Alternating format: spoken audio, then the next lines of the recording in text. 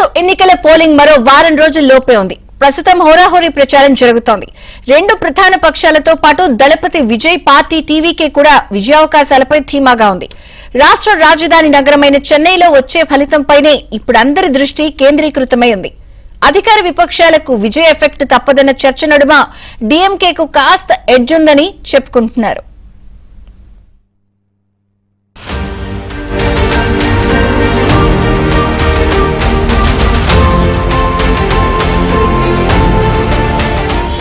We are getting a very positive feedback from the people. I have campaigned almost 100 constituencies now in the last 16 days. Today I am in Dindigul Mavattam. Wherever I go, I get me and the candidate. We are getting very overwhelming response. We are very sure we will sweep this election again. రాష్ట్రంలో మళ్లీ DMK బావుట ఎగురుతుందని ఆ party నేతలు చెబుతున్నారు. అధికారం చేతికి రావాలంటే మాత్రం చెన్నై సిటీలో అత్యధిక చోట్ల గెలవాలని ఆ పార్టీకి బాగానే తెలుసు. మద్రాసు నగరంపై పట్టు సాధిస్తేనే ప్రభుత్వం ఏర్పాటుకు మార్గం సులభమవుతుందని ప్రత్యేకంగా చెప్పవలసిన పని కూడా లేదు. గ్రేటర్ చెన్నై పరిధిలో 22 నియోజకవర్గాల్లో డీఎంకే ఏకంగా 20 స్థానాల్లో పోటీ చేస్తోంది. 8 మంది కొత్తవారికి అవకాశమిచ్చి మిగిలిన చోట్ల గతసారి భారీ విజయాలు నమోదు చేసి 5 ఏళ్లలో పేరు తెచ్చుకున్న వారిని అభ్యర్థులుగా నిలిపింది. ఈ గెలుపు గుర్రాల్లో ముఖ్యమంత్రి స్టాలిన్, ఉప ముఖ్యమంత్రి ఉదయనిధి, మరో 3 మంత్రులున్నారు. ఎన్డీఏలో అన్నా డీఎంకే 18 చోట్ల బరిలోకి దిగింది. 10 మంది గత ఎన్నికల్లో పోటీ చేసిన వారినే నిలిపింది. ఇంకో 6 కొత్త వారికి అవకాశం కల్పించింది. టీవీకే సైతం మహానగరంపై దృష్టి సారించింది. ఆ పార్టీ అధినేత విజయ్ సిటీలో పోటీ చేస్తుండటంతో పాటు పలుచోట్ల కీలక నేతల్ని బరిలో దించింది.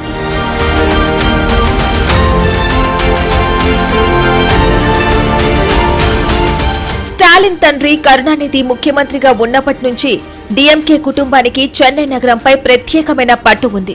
ప్రస్తుత ముఖ్యమంత్రి స్టాలిన్ తొలినాళ్లలో 1000 లైట్స్ నియోజకవర్గం నుంచి పోటీ చేసేవారు. ప్రస్తుతం ఆయన 3వ కొలత్తూరు బరిలో నిలిచారు. అక్కడ హ్యాట్రిక్ విజయం సాధించిన స్టాలిన్ పై అన్నా డీఎంకే తరపున కౌన్సిలర్ సంతాన కృష్ణన్ పోటీ చేస్తున్నారు. ఉప ముఖ్యమంత్రి ఉదయనిధి స్టాలిన్ పై ఆది రాజారాం పోటీకి దిగారు.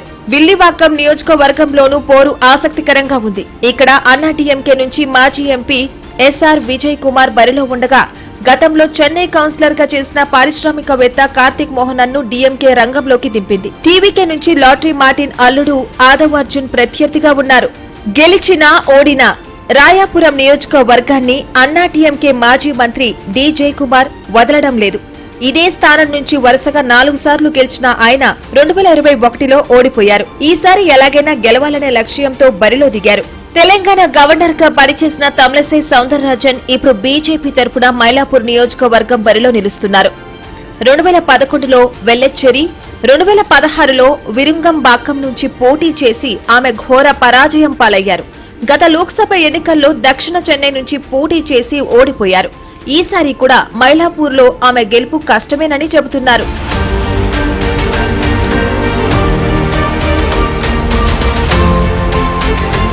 దళపతి విజయ్ రాకతో తమిళనాడు ఎన్నికల సీన్ మారిపోయింది. ఆయన బరిలోకి దిగడంతో యువత, మహిళలు, ఎస్సీ ఓట్లపై తీవ్ర ప్రభావం చూపుతోంది. రాష్ట్రంలోని 2 నియోజకవర్గాల్లో విజయ్ పోటీ చేస్తుండగా అందులో చెన్నై పరిధిలోని పెరంబూర్ కూడా ఉంది. తిరుచి నియోజకవర్గంలో విజయ్ అవకాశాలపై అనుమానాలున్నప్పటికీ పెరంబూర్లో మాత్రం ఖచ్చితంగా గెలుస్తారన్న విశ్లేషణలు వినిపిస్తున్నాయి. ఉచితంగా మహిళలకు తమిళనాడు ఫుల్గా ఉచితంగా ఫ్రీ అని, అదేవిధంగా ప్రతి ఆడపడుచుకు నెలసరి ఒక అమౌంట్ ఆమె ప్రకటించడం జరిగింది. తర్వాత ఆడపిల్లలు పుట్టగానే వాళ్ళకి గోల్డ్ బహుమతిగా ఇచ్చే విధంగా కూడా ఆయన మేనిఫెస్టోలో పెట్టడం జరిగింది. అయితే కరూరు తొక్కిసలాట్లో కూడా అనేక మంది మరణించినప్పటికీ ప్రజలకైతే అది ఒక ప్రకృతి వైపరీత్యంగా భావించి ఒక భూకంపం, ఒక సునామీ ఎలాగైతే ప్రకృతి విధంగా వస్తుందో అదే విధంగా భావిస్తున్నారు తప్ప మన విజయ్ గారి మీద ఏ ఒక విధమైన తప్పు లేదని కూడా ప్రజలు మైండ్లో తీసుకున్నారు. సో ఆ ఎఫెక్ట్ కూడా ఈ ఎలక్షన్కి ఏ విధమైన ఇబ్బంది ఉన్నదనేది ప్రజలు చెప్తున్నారు.